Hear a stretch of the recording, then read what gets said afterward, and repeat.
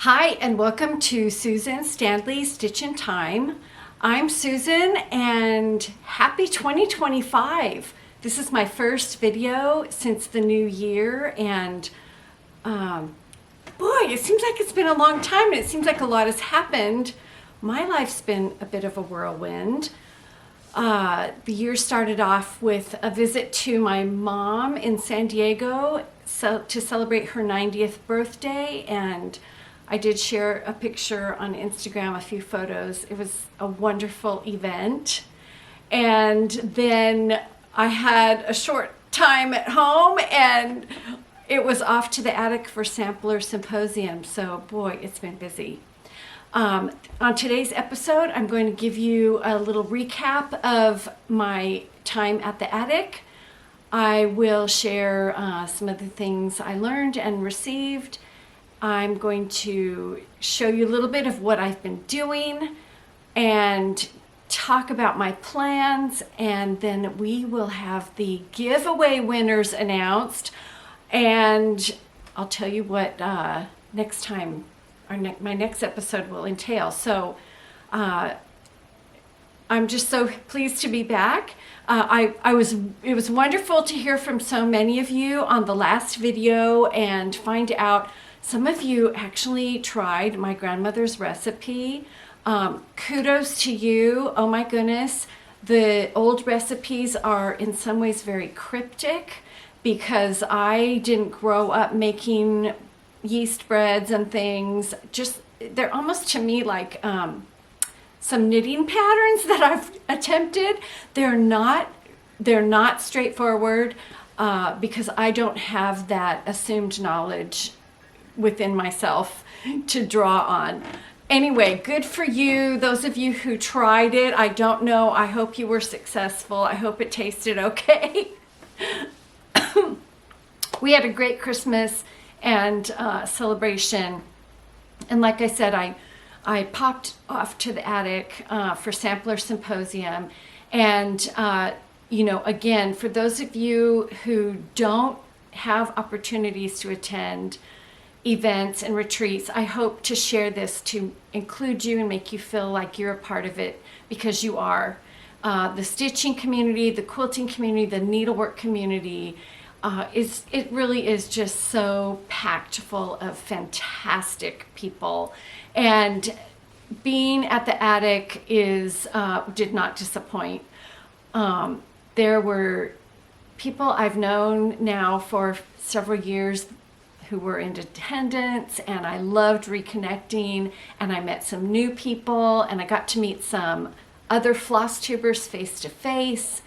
And of course, we did have a wonderful visit from Miss Jean herself, and the Carolyn and Mary and all of the staff at the attic just did a stellar job of making the event super special. We had Katie Strachan of Katie Strachan Artisan Embroidery talking to us about band samplers and materials and how they specifically should be used, which was very helpful. Michelle from Mama Loves You GB was there. She spoke about Welsh samplers, which was fantastic and so informative. Jeanette Douglas was there with a project. Vicky, Jeanette, and Megan were there. They had a lovely project, of course, with cow. And one of them, I'm not sharing all this because so many people have already shared. And you can look on Instagram. If you look at Sampler Symposium 2025, you can see the projects. But oh my goodness, some of these renditions of cows by these girls in earlier years are just kind of hysterical. Anyway, that was delightful and super fun. And then Nicola of Hands Across the Sea and Kathleen Littleton shared on Norfolk samplers. And then kind of the penultimate presentation was Rebecca Scott of Whitney Antiques. And she shared her lifetime journey with samplers and her experience knowing and being mentored by Betty Ring.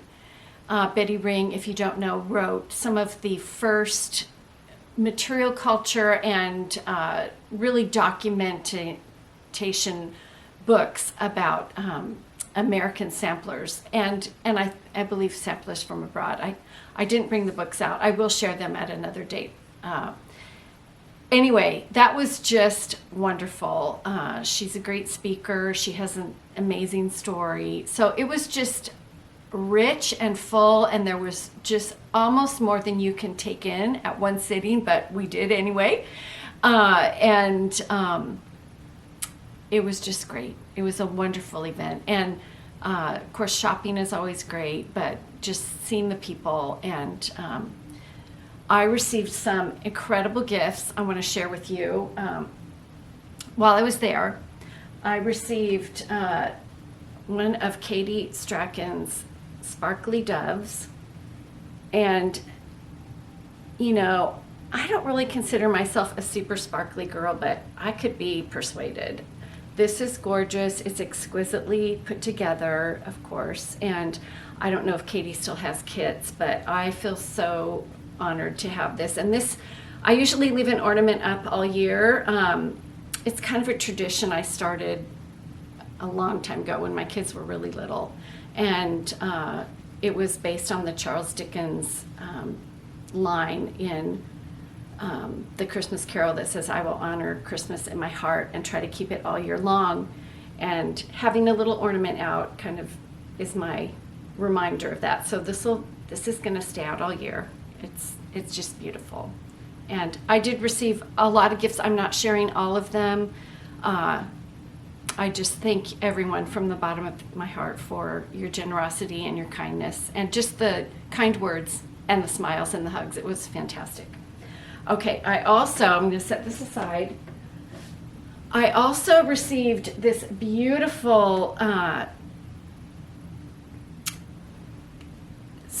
needle card, I guess you would call it. It's stitched on perforated paper. It's perfectly finished. I mean, just delightfully finished.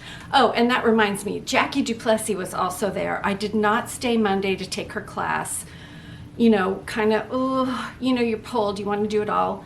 But she did have a pop-up shop with her fantastic projects. Her projects are exquisite, and her mother of pearl. And more, I'll be talking more about that at a later date. But so that reminded me of Carrie, who has just launched her own finishing business, Carrie Bancroft, at So Done. And I will put her email contact information below. But she stitched this for me, and it's just beautiful. So that was, you don't go there expecting to receive gifts.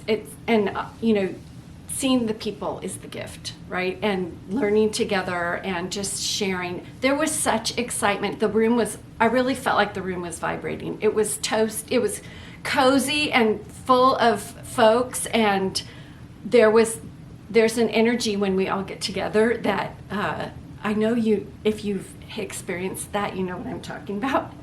But it was powerful and packed. And then I had years ago talked to Karen and Bren of Fox and Rabbit, and Karen also has a history of quilting, and they're from Australia. There's some designers in Australia and also some history books about quilting in Australia that I've always wanted. And one of my unicorn books is a book by Dr. Annette Garrow. And so we had spoken about that, and I just if there's any way you ever see it, or if because it's exorbitant here. It's one of those things that's out of print, and an out of print book, an out of print sampler book, an out of print quilt book that's really quality. It just, the price goes up and up and up. Well, she said she had something for me, and I thought in the back of my mind, I thought I knew what it was, and I did know part of it. Anyway, it was, they brought this book all the way from Australia to Arizona, The Fabric of Society, Australia's Quilt Heritage, from convict times when the country was, it had its beginnings, to 1960. And if you know anything about Australian quilts, they are so unique. They have their own look and their own story, yet they draw from British and American heritage in the quilting tradition. This book has been on my unicorn book list for, I don't know, probably ever since it was written. I don't know. Anyway, thank you, Karen and Bren. And just the kindness and the supportive thoughtfulness of people in their comments, in just their interactions, and then to remember this and think of me. I'm just beyond touched. But I will be sharing things from this with you, so you're going to get to enjoy it as well. I left it out the whole time I was there. I left it on the end of my table. We weren't in round tables as traditionally had been done. We were in rows, but I left this on the edge of my seat because I was at the end of a row and people could walk by and look at it, and I encouraged people to do that. And then, oh yes, that's not the end of it. They brought me an antique quilt. And I'm going to do a separate video about this quilt because there's so much to unpack and talk about. But I'm really amazed at their generosity and the fact that they lugged this all the way in their luggage from Australia. And I'm sure that luggage was pretty full with all the things they had to bring. Anyway, just fantastic. This will be a fantastic fabric study and process.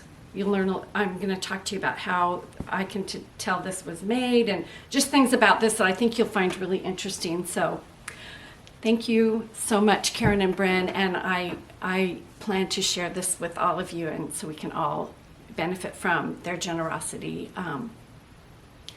and what they brought me. So what have I been doing? Well, I've been doing lots of traveling. So I haven't done a ton of stitching, although I did put together some more kits for the Corliss 1870 quilt, and those will be announced through my newsletter when they go live on my website. I had lots of people interested, and people were asking about that even at Sampler Symposium. So if you'd like to join in, please sign up for my newsletter so you're the first to know. And we will continue that journey. But so I did that, and then I just got into a space where I was doing lots of journaling. I was doing some drawing. You know, after the holidays, there's a wind down time. But I decided that little Althea needed her own little, I don't know, journal, scrapbook, memory book. And so I started on this. I've only done the cover mainly, and added a few photo, Tim Holtz kind of pictures, but there are pages in here to write. And so I'm gonna write a little bit about Althea in here, kind of document this doll and the way she's been a part of my First Stitches story, how I acquired her, the person who made her, everything I know. This will be kind of her little provenance, I guess, book. And I tried to make it look kind of like an old daguerreotype. I got a gold marking pen that does gold ink, and I think I might do some more decoration on the front. Anyway, so that was kind of fun. I am going to talk more about the significance of dolls in the 19th century and how that tied into stitching and learning to sew and all the things that we love, doll making, making clothing for the dolls, etc., was a huge part of a child's life. And so as I was doing some looking and learning and research, I discovered that there is a place where you can actually download images of antique dolls, but these are paper dolls because that was also a part of 19th century childhood. And I went down the paper doll rabbit hole and made these paper dolls. Now, I'm going to share more about this in a future video, I'm going to show you how you can make them. If you'd like to have your own paper doll collection, I'm currently, I have plans for a box to house them in. I want to make them look as proximate to what was available in around 1870. And these costumes on these dolls are 1870.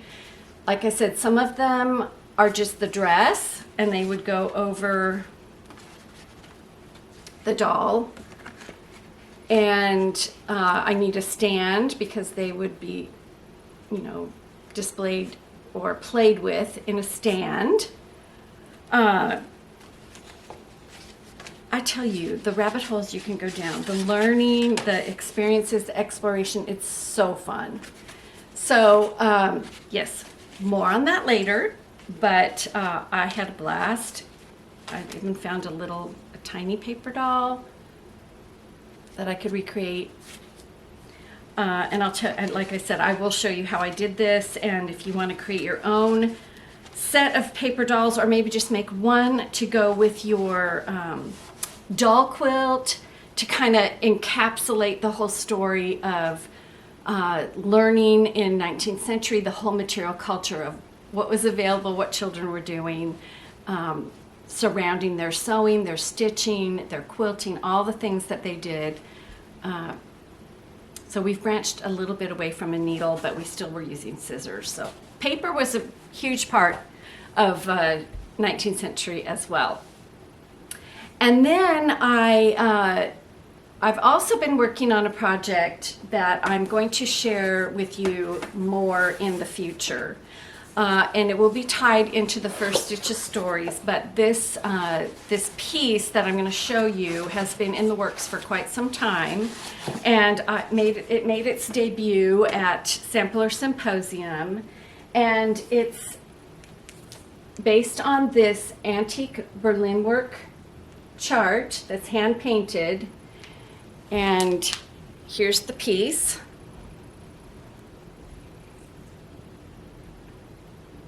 Let's see if I can hold it like this. Like I said, it's an element of the chart, and more is coming later on that, so stay tuned. Like I said, it will tie into the stories, and I'm going to probably save the stories and do them on their own, so be looking for, I'm developing special icons for each category. So of course this is a YouTube video. I will have a First Stitches story element. I'm just making them a little bit shorter and more frequent. So I think, because I know everybody's busy, and maybe you can sit down for a 20-minute video a little bit easier than a 2-hour one. I don't know, but we're gonna try that. Okay. So that's what's going on in my world so far. What are my plans?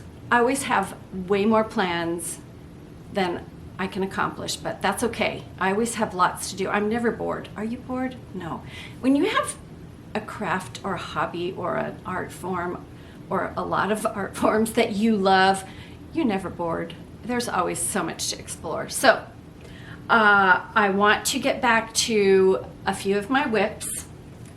I want to keep working on fruit tree and 2 animals, fruit tree with 2 animals, which is, oh dear, that's terrible, sorry. That's what I have so far. We're getting down into the weeds of the over one, so, you know, I'm just gonna persevere. This is on Legacy Linen 37 counts corkscrew with the Aversois silks. So that is definitely on my WIP list, and I thought, you know, if I pick 3 things and just rotate through them, because I can't be monogamous. I've tried, I just can't. Maybe I can I can just have like 3 things going, and then I won't feel, then I can chunk through them, because, you know, finishes are nice once in a while. The next one I want to finish and work on is a marking sampler, but this is going to be Farabee's marking sampler. This is from 1871 actually. And I'm stitching it in the fashion that Farabee would have stitched it, with wool. And it's on, of course, it's on a higher count of linen because it's on wool. And I plan to make it, I plan to finish on 24 count rain barrel. So I'm going from over 1 on 37 count and over 2 on 37 count to over 1 with using silk. That was, and then hopping over to over 2 with wool on 24 count. But it's okay, you know.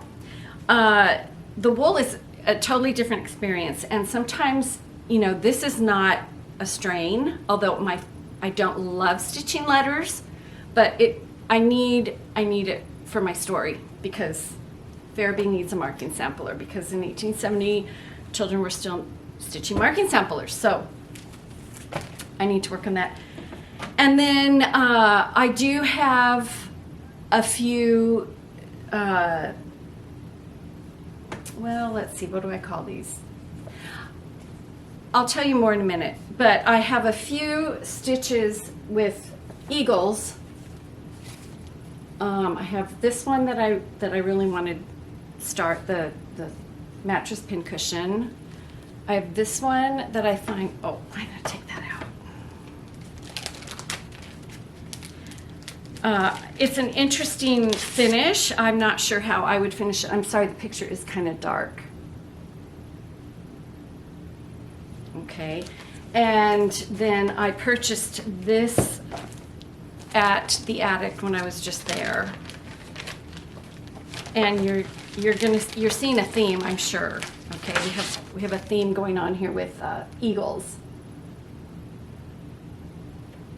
So those are kind of my focus for now, and you know, let's see if I can make more progress when I'm narrowing down my options. Maybe that's it. That's a new thing. Narrow down your options. Having limited options, and then you just stick with those. So the reason I'm kind of going with that eagle theme is, you can see behind me I have hanging my 1876 quilt. And I've got earlier episodes where you'll see this icon and you can learn more about this quilt. And I would encourage you to go to my videos if you're interested, and see and learn a little bit more about it if you're interested. But I did this. I had the honor and privilege of sewing this with a group when I moved here to Seattle. Somebody was recreating it, kind of letting you do whatever you want, of course. But I tried to make it as proximate to what was available in 1876 using the materials we have today. I wanted to experience what the original stitcher experienced as close as I could. You can't do it exactly because the fabric is too different. It's way different than what was available in 1876. Anyway, so that's another long story. So I've got this theme going. I wasn't here for 1776. I wasn't here for 1876, but I could make approximate quilt from that time.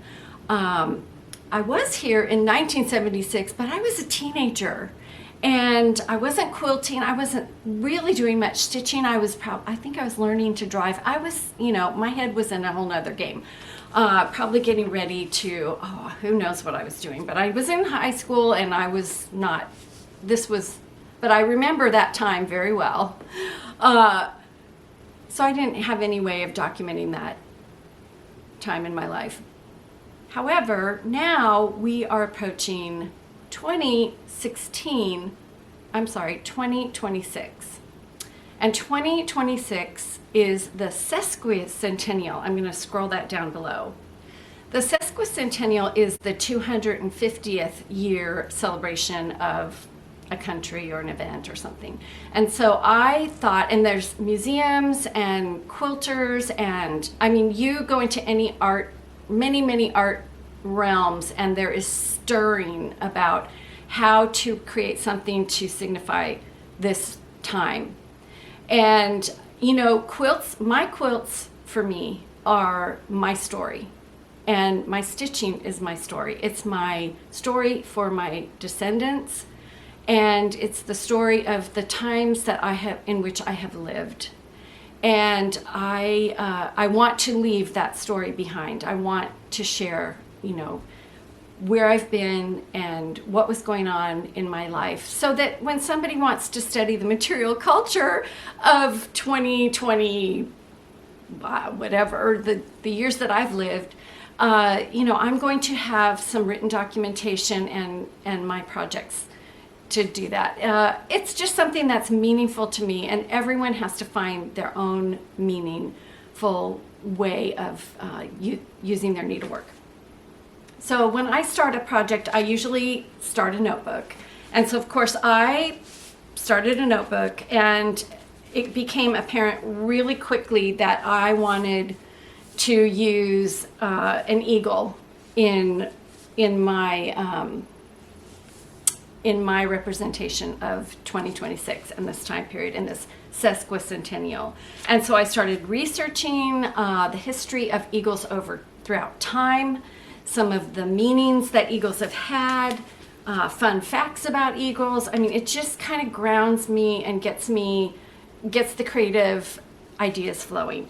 And of course, I looked at eagles in art, in mostly 19th century art. I'm focusing on how they've been represented over time as I'm crafting and formulating how I want to design. Yes, I'm going to design my own sesquicentennial quilt. And then I got into some of the antique quilts from earlier time periods, really globally, that use this imagery. And I started pulling fabrics and putting them in my book. And so now I'm at the point now where I'm going to start drawing, and I want to take you on this journey with me. And so that will be another probably separate little thing I do, but that is a plan, and it's a long-term plan. You know, maybe I can get it done in 2 years. I don't know. We'll see. But I'm starting. So, and then another thing that I'd like to just slip in, if I can, is I've had a special little girl come into my life this year, and she loves bunnies. And so I found this pattern, and I thought, I don't need to make the quilt covered with bunnies. I can just make a small group of bunnies. So I plan to use some really different fabrics. This will not be time period specific. This is going to be all about this little girl and what she likes. So that's what I have going on. So we will be, so my plans are, I'm going to have the next part of Corliss's trousseau quilt available for you, not right away, but it's coming this year, part 3. It will involve the ability to use English paper piecing, hand piecing, or machine piecing. So I'm trying to give you options if you are already a quilter and you have a sewing machine and you want to just go for it, or if you're new and you want to make something like this, but you don't really think a sewing machine is for you and you feel comfortable doing handwork, I want to invite you and offer you that option as well. So that's coming.